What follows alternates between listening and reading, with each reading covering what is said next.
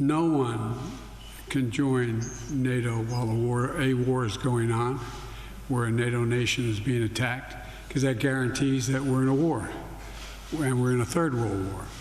So that it's not about whether or not they should or shouldn't join. It's about when they can join, and they will join NATO. The issue of whether or not this is going to keep Putin from continuing to fight, the answer is Putin's already lost the war. That was President Biden yesterday, claiming that Russia's Vladimir Putin has already lost the war in Ukraine. After all of this death and destruction, Biden also suggesting that Ukraine will join NATO once the war is over. President Biden also authorizing military leaders to deploy 3,000 reserve troops to Europe as part of Operation Atlantic Resolve. Joining me right now is Michigan Congressman John James. He's a member of the House Foreign Affairs, Transportation, and Infrastructure Committees. He is also an Iraq war veteran himself. Congressman, good to see you. Thanks very much for being here this morning. Give us your reaction to what you just heard from our president. Yeah, a president declaring something doesn't necessarily make it true. It was true when George Bush landed on an aircraft carrier, declared mission accomplished, and we were a global war on terror in Afghanistan for 20 years. And now with Joe Biden going over to Europe and saying that Putin's already lost the war, that's not the case just because he says it's true. He's already botched one war, and he's about to botch this one. Right now, I am gravely concerned about the fact that this administration, due to its terrible policies, are placing America at risk. We have strategic petroleum reserves that are already 30% lower than they were last year. We have reservists being potentially activated after we already have 100,000 American troops already on the continent, and we mobilized 20,000 just last year. I'm very concerned that without a stated mission, with a clear end state, and without the president making a better case to the American people for why it is so important to make sure that growing spheres of communist influence do not permeate into Europe, I fear that he's going to lose the support of the American people and people in my district. We must make sure America is strong, and Joe Biden is making us weaker.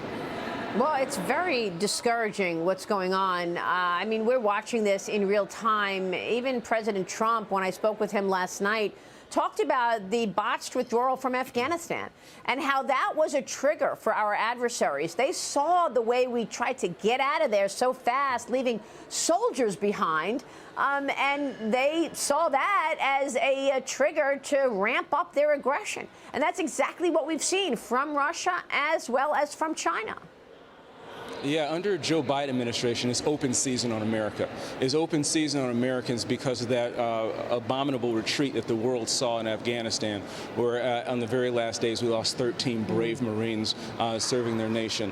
It's open season on America when you see our wide open borders in the south, and being from Michigan, 10th Congressional District, adjacent to a northern border where fentanyl continues to pour in. It's open season on America where our allies continue to not pay their fair share of their defense budget spending, and American taxpayers are expected to carry the load on their own. And now the Biden administration is calling up reservists because 100,000 troops already on the continent, enough to fill the big house in Ann Arbor, is not enough to accomplish this mission. Simply saying you're going to hold Russia accountable and stand by Ukraine is not enough. We need a clearly articulated mission to make sure that we can protect our interests at home and abroad. We must do both, and our homeland defenses cannot be put on the back burner.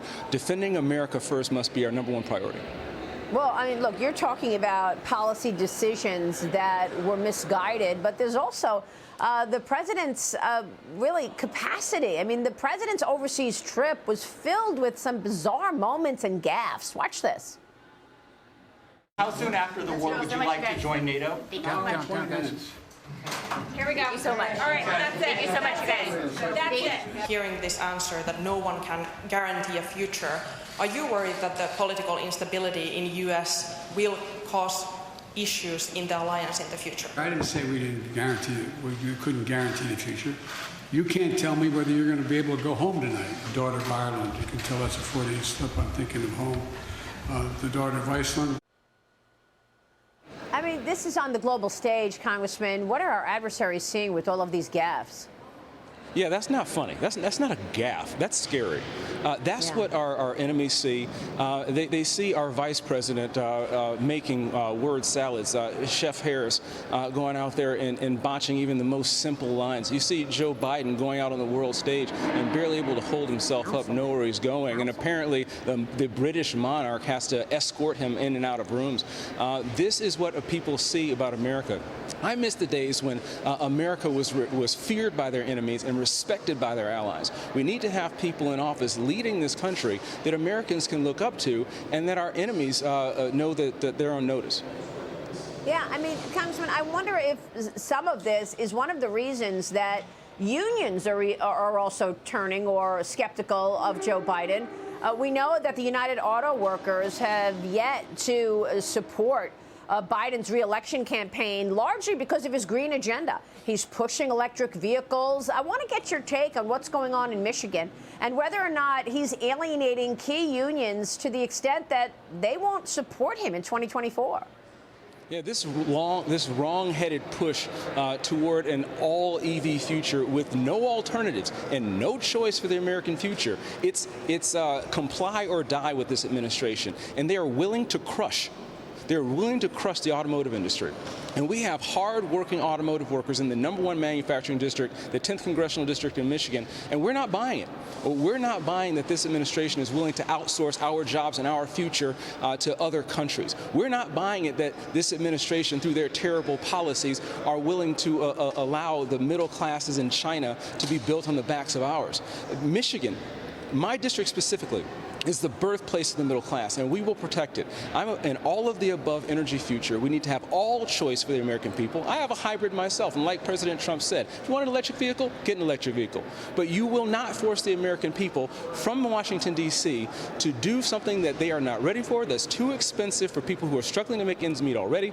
For technology that's not prepared, we need to make sure we give Americans choices, both environmentally sound and economically sound. This administration is totally detached, and they do not care about American auto workers.